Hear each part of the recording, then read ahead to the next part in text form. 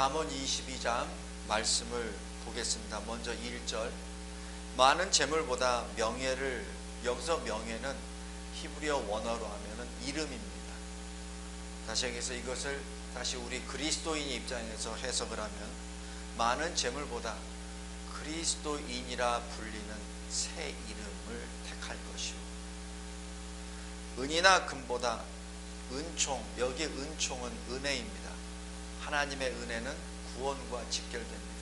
그래서 구원의 단어가 바로 은혜입니다.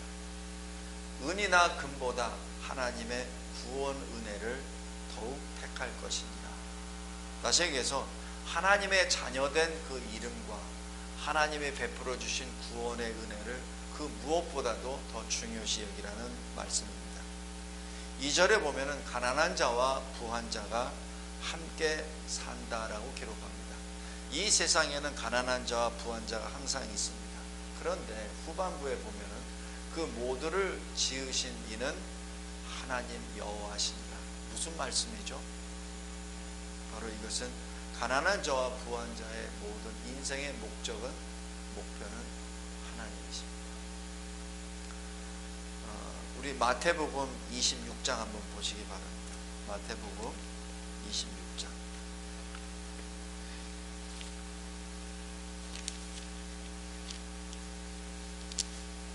마태복음 25장.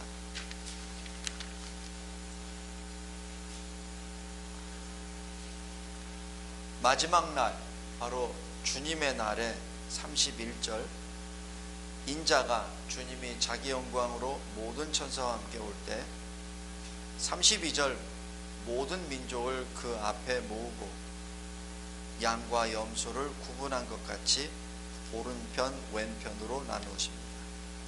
그리고 오른편에 있는 그 양들에게 이렇게 말씀하십니다. 창세로부터 너희를 위하여 예비된 나라를 상속받으라. 왜냐하면 35절, 내가 줄일 때 너희가 먹을 것을 주었고, 36절, 헐벗을 때 옷을 입혔고, 병들었을 때 돌보았고, 옥에 갇혔을 때 와서 보았느니라. 그런데 정작 이 양편에 속한 이 의인들은 37절에 우리가 언제 그렇게 했습니까? 라고 질문합니다. 그럴 때 40절에 이렇게 말씀합니다. 너희가 여기 내 형제 중에 지극히 작은 자 하나에게 한 것이 곧 내게 한 것이니라. 바로 양편에 서 있는 의인들은 하나님의 말씀을 쫓아 순종했던 사람들입니다. 하나님께서는 우리에게 하나님의 모습으로 오셔서 우리를 감독하시는 것이 결코 아니고, 하나님은 우리를 보고 계시되 이 세상에 아주 평범한 사람으로 우리에게 다가오시고, 더더욱이나 낮고 낮은 비참한 존재의 사람으로 우리에게 다가오시죠. 그리고 하나님께서는 하나님의 백성들이 행한 것들을 기억하시고, 그리고 마지막 날에 주님이 이렇게 복을 주십니다. 그러나 그 반대 41절 이하로 왼편에 있는 염소에 속한 사람들은 하나님께서 베풀어 주신 그 복을 가지고 하나님의 뜻대로 사용하는 것이 아니라 오히려 그 반대로 행합니다. 그래서 46절, 영벌과 영생의 나눔이 여기서 기록됩니다. 잠언 22장 2절 다시 돌아가겠습니다. 가난한 자와 부한 자는 같이 있습니다. 함께 있습니다.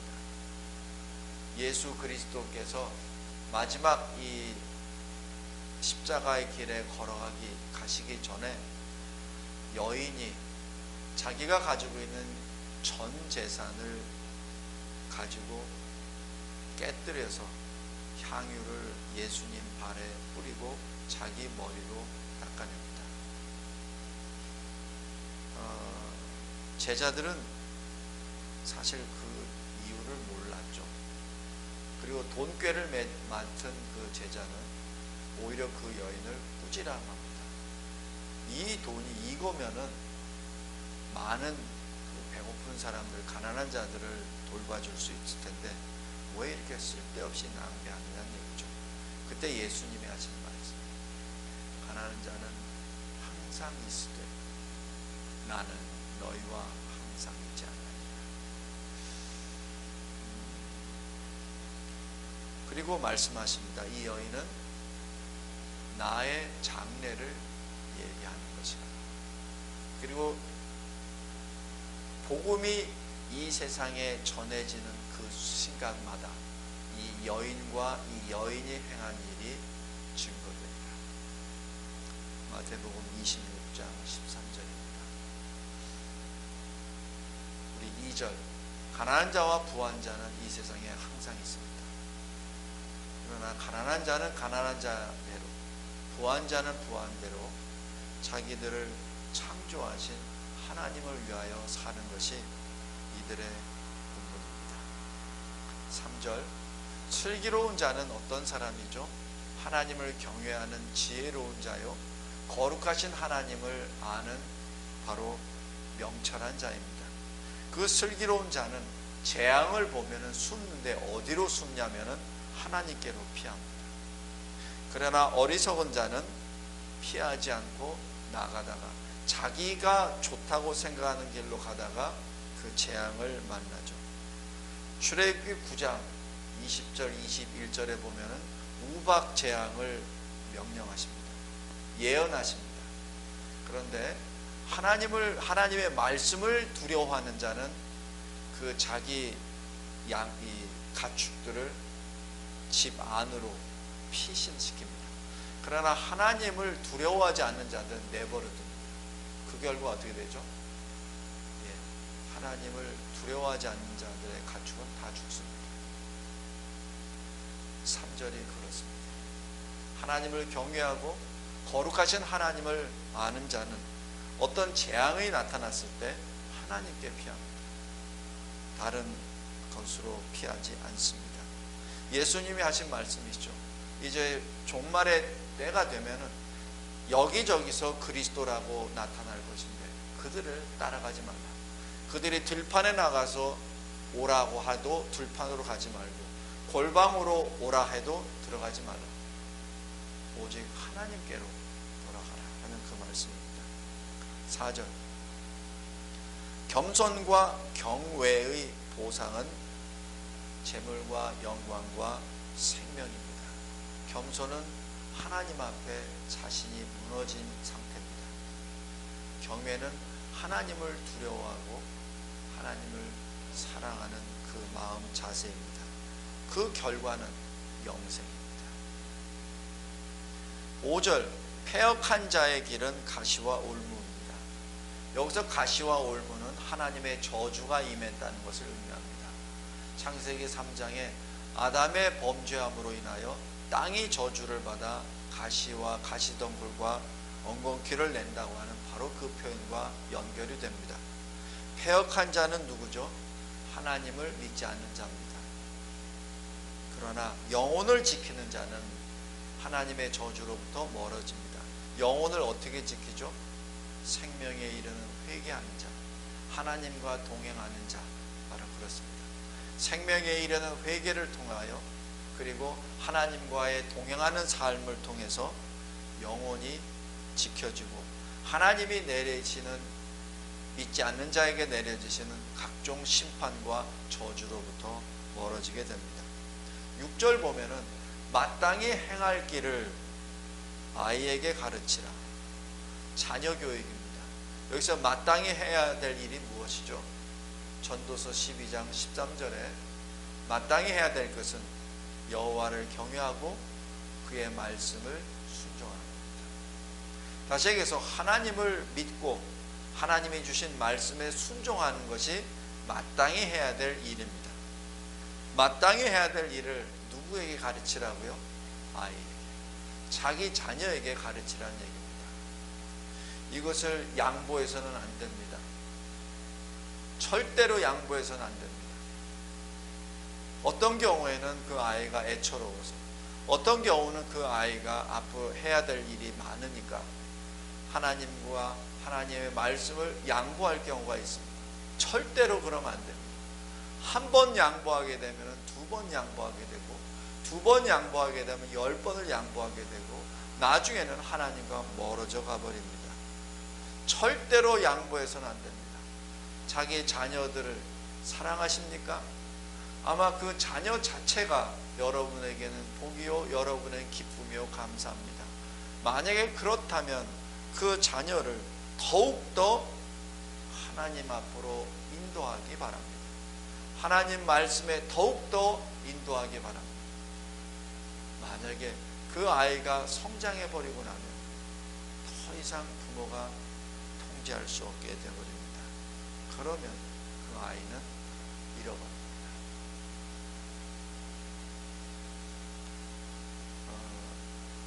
제가 미국에서 이러한 것을 좀 많이 봤어요. 굉장히 강한 신앙인입니다. 그러나 언어가 잘 안 되니까 1세대는 아무리 영어를 잘해도 그곳에서 처음부터 배운 사람이 아니기 때문에 2세대나 3세대처럼 영어를 못합니다. 권면을 못합니다. 그냥 영어 잘하고 대학교 잘 들어가니까 그냥 좋다고만 뒷바라지를 해주죠. 열심히 일합니다. 세탁소에 가서 일을 하고요. 무슨 일하고 하여튼 달려가면서 다 일합니다. 왜? 자녀 교육 때문에. 열심히 일합니다. 몸을 다 바쳐서 일을 합니다. 그런데 아이가 20살이 넘어가고 난 다음에 그 부모에게 요구하는 것은 아무것도 없습니다. 딱 하나, 돈 주세요. 그리고 그 아이는 부모를 떠나버립니다. 물론 부모는 교회 안에 열심히 주님을 섬기죠. 아이는 떠나버립니다. 이 시대의 한국 사회는 어떻습니까? 이 시대의 한국 사회는 똑같은 한 언어로 한국말로 말을 한다고 하나, 그러나 권면을 제대로 하지 못하고 양육을 제대로 하지 못하고 떠나버린 자녀들은 얼마나 많습니까? 꼭 기억하시기 바랍니다. 마땅히 행해야 될 길, 하나님을 사랑하고 경외하고 하나님의 말씀에 순종하는 그 일은 절대로 양보하지 마십시오. 양보하면 끝입니다. 6절 후반부에 보십시오. 아이에게 어렸을 적에 가르치면, 여기서 아이는 히브리어 원어로 보면 유아입니다. 엄격히 얘기해서 2~3살입니다. 그러니까 유아 때부터 가르치라는 얘기예요. 유아 때부터. 그러면 늙어도 떠나지 아니합니다. 하나님을 떠나지 않으면 뭡니까? 영생이 길입니다. 근데 하나님을 떠나면 어떻게 되죠? 참 두려운 말이지만 가인의 길입니다. 가론의 길입니다. 굉장히 두려운 말씀입니다. 우리 23장 13절 보십시오.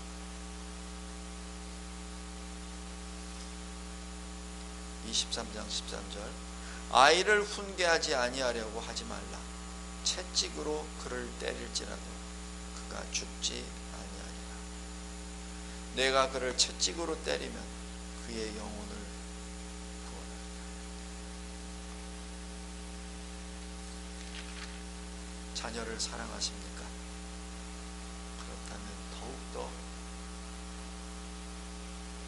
가르치십시오. 그 다음에 여기 9절 보겠습니다. 선한 눈을 가진 자는 복을 받으리니, 여기서 선한 눈은 바로 어떤 눈입니까? 마태복음 25장에 아까 봤었던 왕의 우편에 양에 속한 바로 그 사람들입니다. 선한 눈은 하나님의 마음을 가진 자입니다. 그러기에 하나님이 원하시는 것을 행하는 자죠. 그래서 그 결과 어떻게 되죠? 가난한 자에게 양식을 나눠줍니다. 그 다음에 11절. 마음의 정결을 사모하는 자. 마음의 정결을 사모하는 자는 어떻게 됩니까? 마태복음 5장 8절에 마음이 청결한 자는 복이 있나니 그들이 하나님을 볼 것이요. 바로 마음의 정결을 사모하는 자는 하나님을 봅니다. 하나님을 만나기에 그의 입에는 하나님의 말씀이 터져 나오죠. 그래서 그의 입술은 덕이 있다는 겁니다. 여기서 덕은 그냥 좋은 것만이 아니라 그 덕을 통하여 다른 사람들이 세워진다는 것을 의미합니다. 다시 얘기해서 하나님을 만나는 자, 하나님을 보는 자는 그의 입술에 하나님의 말씀이 터져 나오기 때문에 그 터져 나오는 말씀으로 많은 사람을 세운다는 것이죠. 그러므로 왕이 그를 초청해서 자문을 구합니다. 12절 여호와의 눈은 지식 있는 사람을 지킨다고 하였습니다. 여기서 지식 있는 사람은 무슨 지식이죠? 하나님을 아는 지식입니다. 바로 여호와의 눈은 하나님을 아는 지식이 있는 사람을 지키십니다. 성도 여러분, 우리가 하나님을 알면 알수록 그 깊이가 더 깊으면 깊을수록 우리는 하나님께 더욱더 가까이 나아가게 되고 하나님을 의지하고 신뢰하게 됩니다. 왜? 바로 나의 주인이 하나님이심을 고백하기 때문에 그렇죠. 하나님은 바로 그런 사람들을 지켜주십니다.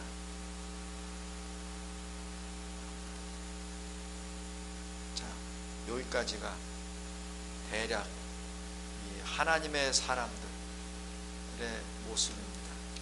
자, 이제 반대로 하나님의 사람이 아닌 사람들을 보겠습니다. 8절 보십시오. 악을 뿌리는 자는 재앙을 거둡니다. 여기서 재앙이라는 이 뜻은 우리가 알고 있는 그 재앙도 되지만 또 다른 의미는 허무입니다. 바로 악을 뿌리는 자, 악을 뿌린다는 건 무엇이죠? 하나님과 떨어져 나아가는 모든 것들을 행하는 것을 지칭합니다. 그러니까 하나님과 늘 함께 동행해야 될 우리가 하나님으로부터 떨어져 나가는 것이 다 악입니다. 그러니까 그 악을 뿌리는 자, 마치 씨를 뿌리듯 악을 뿌리는 자들은 결과 소산물로 재앙을 얻는데 그 재앙이 열고 보니 허무입니다. 아무것도 없다는 얘기입니다. 성도 여러분, 우리의 인생이 혹시 이런 것은 아니죠? 많은 것을 얻으려고 애를 썼고 거기에다 씨를 뿌리고 많은 것을 했습니다. 어떤 씨? 하나님과 영 상관이 없는 씨. 하나님과 정 상관이 없는 씨. 제가 어느 글을 잠깐 보니까 어느 거대한 부호가 어느 목사님을 초청을 했대요. 자기가 가진 재산을 다 보여주고 자기가 가지고 있는 정원이나 뭐 소유하고 있는 모든 것들을 다 보여주면서 굉장히 자랑스럽게 목사님에게 말씀을 했습니다. 어떠십니까? 목사님이 하신 말씀이 당신은 하나님을 위해서는 무엇을 했습니까?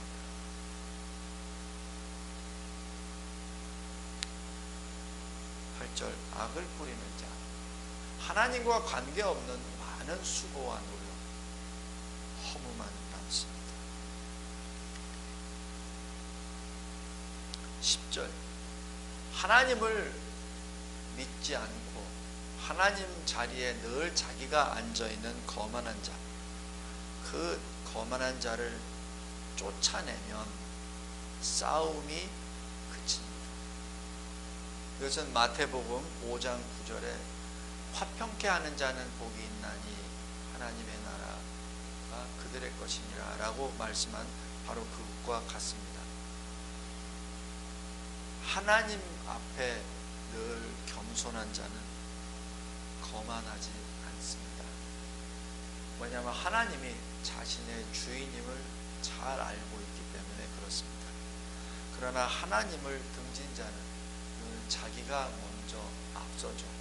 자기가 최고죠. 그러니까 항상 다툼과 싸움이 그리고 수치가 늘 있죠. 이 세상을 보면은 아주 잘 나타납니다. 이 세상에 왜 이렇게 싸움이 많습니까? 10절 때문에 그렇습니다. 그 다음에 13절, 게으른 자는 말합니다. 무서운 사자가 밖에 있습니다. 왜? 밖에 나가서 일 안 하려고. 설사 있는지 없는지는 모릅니다. 밖에 있는지 없는지. 그러나 게으른 자는 말합니다. 핑계를 댑니다. 너 왜 일 안 해? 바깥에 사자가 있어. 바깥에 그냥 나가면은 큰일 나. 그러니까 자기를 정당화하는 거죠. 그런데 실은 이 게으른 자는 사자를 두려워하는 게 아닙니다. 진짜 사자가 무서워서 이런 핑계를 대는 것이 아니라 그냥 일이 싫어서 그렇습니다. 이 일은 하나님이 우리 인간에게 주신 복입니다. 복입니다. 창세기 2장에서도 인간을 창조하시기 전에 이 땅은 경작이 안 돼 있었다라고 기록합니다. 그 얘기는 만든 사람이 경작할 것이라는 것이죠. 천국도 마찬가지입니다. 천국에서 놀고 먹는 것이 아니라 우리가 상상할 수 없는 커다란 하나님의 일을 감당하게 되죠. 마치 에덴에서 일을 했었던 바로 아담처럼 말입니다. 현재 이 시대 저주와 그리고 심판 아래에 있는 이 땅에 우리가 일하고 있는 그 모습과는 전혀 다른 모습의 일을 말입니다. 그 다음에 14절, 바로 음녀의 입 함정이라고 표현합니다. 이것은 더 이상 언급을 피하겠습니다. 그 다음에 17절부터 21절까지는 하나님의 말씀을 들으라 라고 말씀합니다. 여기서 17절, 18절 보겠습니다. 귀를 기울여 지혜 있는 자의 말씀을 들으라. 그리고 내 지식의 마음을 둘지어다. 바로 여기 지혜 있는 자는 누구죠? 솔로몬입니다. 솔로몬의 그 말씀을 잘 들으라. 그리고 내 지식, 내가 알고 있는 그 지식을 늘 마음에 사모하라는 얘기죠. 18절에 이것을 바로 지혜의 말씀과 지식을 너의 마음속에 보유하라, 소유하라. 그리고 그것을 소유한 상태에서 그냥 자족하지 말고 내 입술을 통하여 토해내라는 얘기입니다. 그런데 왜 나에게 있는 지혜의 말씀과 지식을 왜 토해내라는 얘기죠? 다른 사람에게 전하라는 얘기입니다. 전도입니다. 복음을 전하라는 얘기입니다. 내가 알고 있습니까? 내가 성경을 많이 알고 있습니까? 전하지 않으면 아무 소용이 없어요. 그죠? 바로 18절입니다. 너의 마음속에 그 지혜의 말씀과 지식을 잘 보존해라. 그리고 내 입술로 늘 함께 그 말씀을 전하라. 그것이 아름다움이라. 이 말씀이 뭐와 같죠? 복음을 전하는 아름다운 발이 이 산과 저 산을 밟을 것이요 하는 그 말씀과 동일합니다. 그 다음에 22절부터 29절까지는 바로 그 권면의 말씀이 들어갑니다. 그 중에 두 가지만 보겠습니다. 먼저 24절, 25절입니다. 화가 잔뜩 난 사람, 그 사람과는 사귀지 말라. 울분이 머리끝까지 올라간 사람과 동행하지 말라. 왜냐하면 그의 행위를 본마다 너도 그 노에, 너도 그 울분에 빠져서 올무에 빠질까. 저 왜 우리 어떤 막 화를 내는 막 어떤 사람이 나오면은 거기서 같이 맞장구 쳐서 얘기하면 안 됩니다. 그냥 한 발자국 뒤에서 그냥 듣기만 하면 됩니다. 만약에 거기서 피할 수 있으면 제일 좋고, 피할 수 없는 상태라면 그냥 들어만 주면 됩니다. 거기에 대해서 같이 맞아 나도 들었어 그럼 그게 증폭이 돼버립니다. 특별히 교회 안에서 어느 성도가, 어느 교인이 어떤 일에 대하여 막 분을 넣게서 할 수 있습니다. 그것이 정당한 분일 수도 있습니다. 그러나 거기서 맞장구 쳐서 같이 얘기를 하고 나면은 그 분이 배가가 되어버립니다.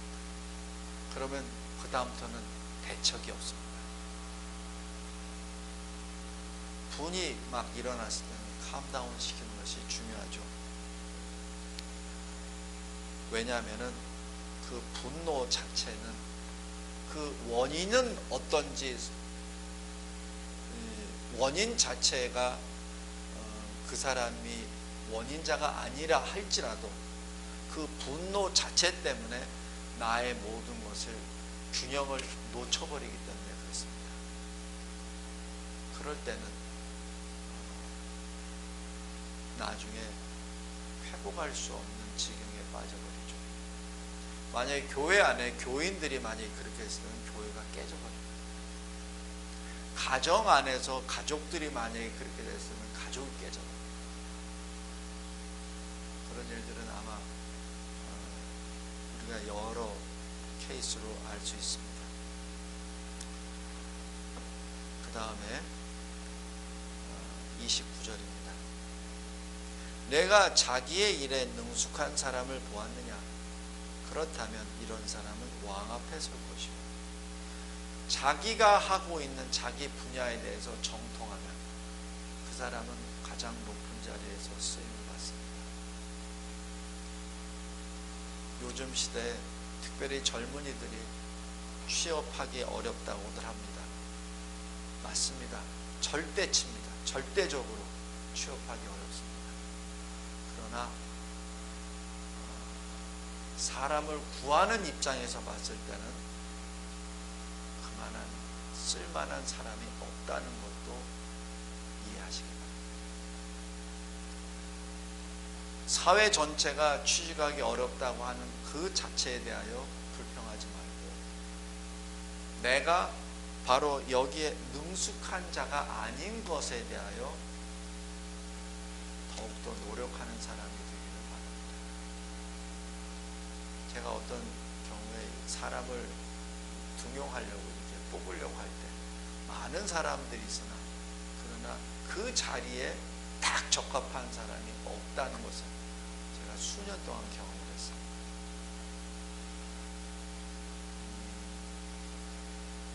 성도 여러분,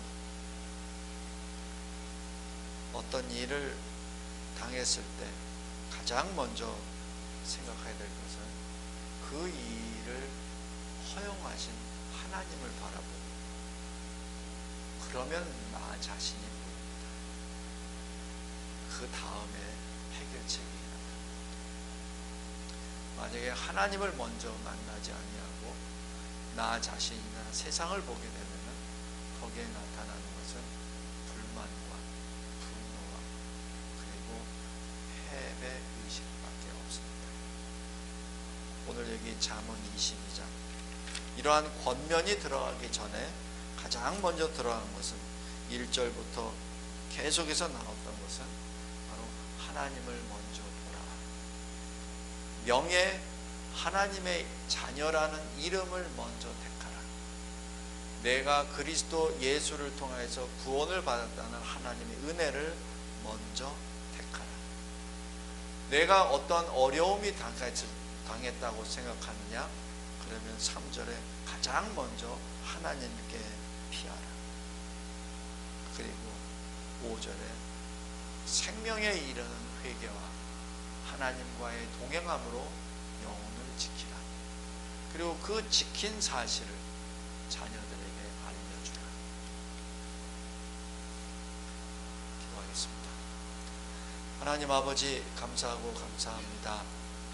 주님께서 주시는 이 귀한 이 목조와 같은 이 말씀 하나하나 나의 심장을 찌르고 나의 게으름과 나의 패역함을 쪼개고 또 쪼갰을 고백합니다. 하나님, 무슨 일을 당하든지 가장 먼저 하나님의 이름을 부르며 하나님께로 피하는 자 되게 하옵소서. 그리고 하나님께서 하나님의 영광의 얼굴을 통하여 보여주신 나의 죄악과 허물을 보게 하여 주셔서 그로 인하여 다시 하나님 앞에 눈물로 회개하며 영원하신 하나님과 함께 동행하는 삶을 통하여 이 세상에 하나님의 복음의 빛을 발하는 우리 모두가 되게 하옵소서. 예수 그리스도의 이름으로